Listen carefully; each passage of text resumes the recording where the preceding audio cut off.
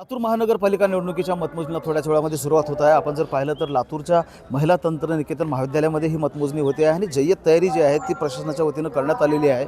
साधारणतः 359 उमेदवार जे आहेत त्यांचं भवितव्य मतपेटीमध्ये बंद झालेले आहे आणि थोड्याच वेळामध्ये आता निकाल यायला सुरुवात होईल। साधारणतः या मतमोजणी केंद्रावर जर आपण लक्षात घेतलं तर 10 टेबल उभारण्यात आलेले आहेत आणि 9 टेबलवर जे आहे ते मतमोजणी होते आहे, तर एक टेबल जो आहे तो पोस्टल मतदान मोजण्यासाठी म्हणून ठेवण्यात आलेला आहे। प्रत्येक प्रभाग निहाय मतमोजणी होणार आहे, म्हणजे 18 प्रभागामधल्या 70 जागांसाठी ही मतमोजणी आहे आणि प्रभाग निहाय म्हणजे एक प्रभाग झाला की दुसरा प्रभाग अशा पद्धतीनं ही मतमोजणी होणार आहे। त्यामुळं साधारणतः एका प्रभागाचा निकाल यायला अर्धा तास ते पाऊण तास वेळ लागणार आहे आणि त्यामुळं दुपारनंतर सगळे निकाल जे आहेत ते हाती येतील अशा प्रकारचं चित्र आहे। लातूरची लढत जर आपण लक्षात घेतली तर प्रामुख्यानं भाजपा, काँग्रेस आणि राष्ट्रवादीमध्ये लढत झाल्याचं चित्र जे आहे किंवा जो अंदाज आहे तो व्यक्त करण्यात येत होता आणि जय्यत तयारी जी आहे ती मतमोजणीची मतमोजणी केंद्रांवर करण्यात आलेली आहे आणि थोड्याच वेळात निकाल जे आहे ते हाती यायला सुरुवात होईल।